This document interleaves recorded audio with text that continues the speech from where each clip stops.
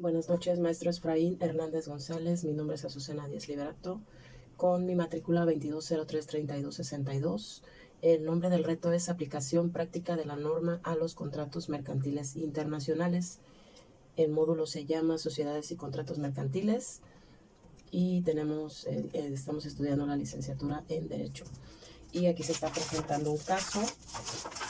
Dice el caso: el hospital Caminemos Juntos, ubicado en España, celebró un contrato con el laboratorio Collins and Phillips, ubicado en Nueva Zelanda. El objeto del contrato fue la adquisición de una caja de material de uso quirúrgico, 10 camas de hospital, 5 máquinas de oxígeno y una caja de apósitos y banditas adhesivas que el laboratorio entregaría al hospital.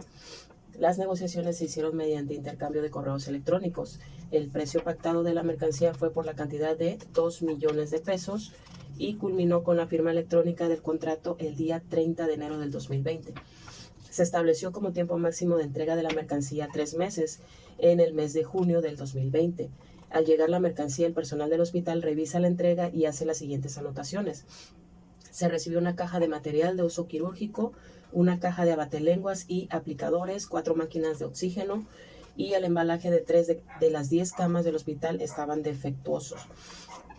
Bueno, aquí vienen 7 preguntas. Dice: desarrollo con base en el caso expuesto de forma argumentada y con fundamentación jurídica. Responde a las siguientes preguntas. Según el libro que nos proporcionó aquí en este ejercicio, pues se menciona que existen este tipo de actividades comerciales que se celebran mediante contratos, al cual denominaremos, dice la primera, ¿qué tipo de contrato mercantil celebraron las partes?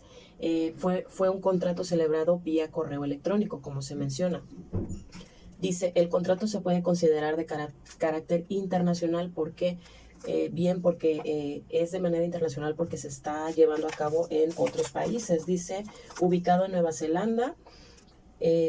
Dice: el hospital está ubicado en España y se celebró un contrato en Collins and Phillips, ubicado en Nueva Zelanda. Entonces estamos hablando de un contrato internacional. Y dice aquí: el Código de Comercio incorporó en el título segundo, dedicado al comercio electrónico, capítulos sobre los mensajes de datos, la digitalización, las firmas, los prestadores de servicio de certificación, el reconocimiento de certificados y firmas electrónicas extranjeras. Lo que con esta ventaja que tiene ahora el comercio electrónico internacional es que ya no se llevan a cabo estas operaciones de manera presencial, sino se pueden hacer el envío de correos electrónicos siempre y cuando se logren estar conforme a la regulación que se establece en ese país. Dice aquí que son 21 artículos que explican y regulan las relaciones comerciales con uso de medios electrónicos y 2 artículos que refieren a los contratos explícitamente, lo cual en la práctica resulta insuficiente para dar la confianza y seguridad que requieren las contrataciones de carácter internacional y el uso de medios electrónicos. Bueno, dice otra pregunta: ¿qué tipo de contrato internacional celebrado por medios electrónicos identificaste? Yo identifiqué el que es celebrado vía electrónico, ya que ahora se comercializa a través de correos electrónicos para intercambio de información, que muchas veces sustituye las relaciones contractuales presenciales, y hasta se crea la firma electrónica, que sustituye al tradicional documento impreso que firmaban ambas partes en un solo acto. Esto es cuando celebraban el contrato de manera presencial, y ahora se hace todo por vía virtual. Dice: es decir, los contratos hoy ya no se celebran de manera presencial, sino pues de manera virtual. Entonces, la siguiente pregunta dice: ¿qué obligaciones corresponden a cada parte como por la suscripción del contrato? Argumenta tu respuesta.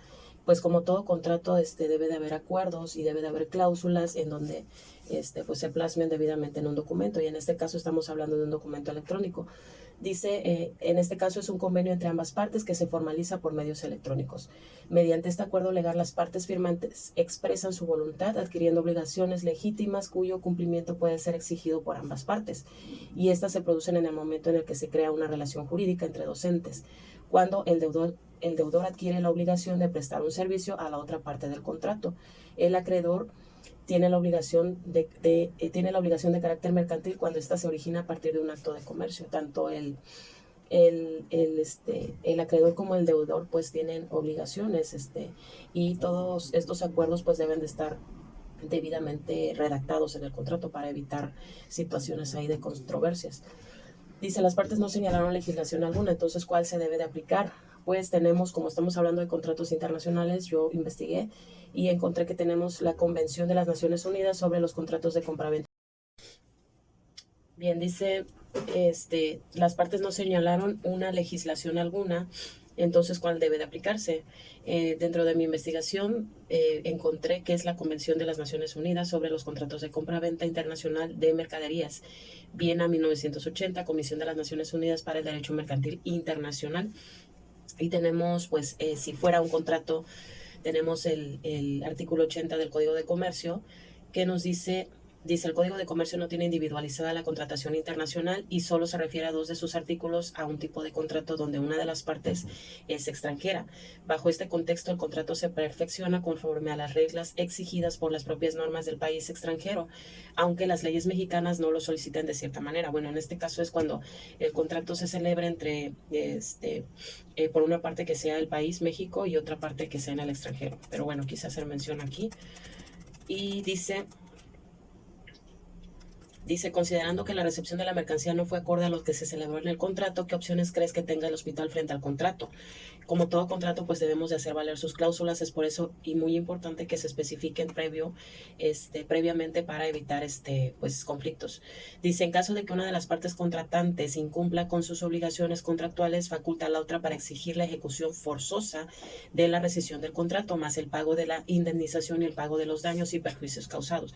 Bueno, en este caso, se debe de plasmar también cuál sería el porcentaje de penalización o algún monto cerrado de penalización en dado caso de que se incumpla con alguna de las cláusulas que vienen en el contrato, que en la última pregunta les voy a mencionar. Dice, ¿crees que procede la cancelación del contrato?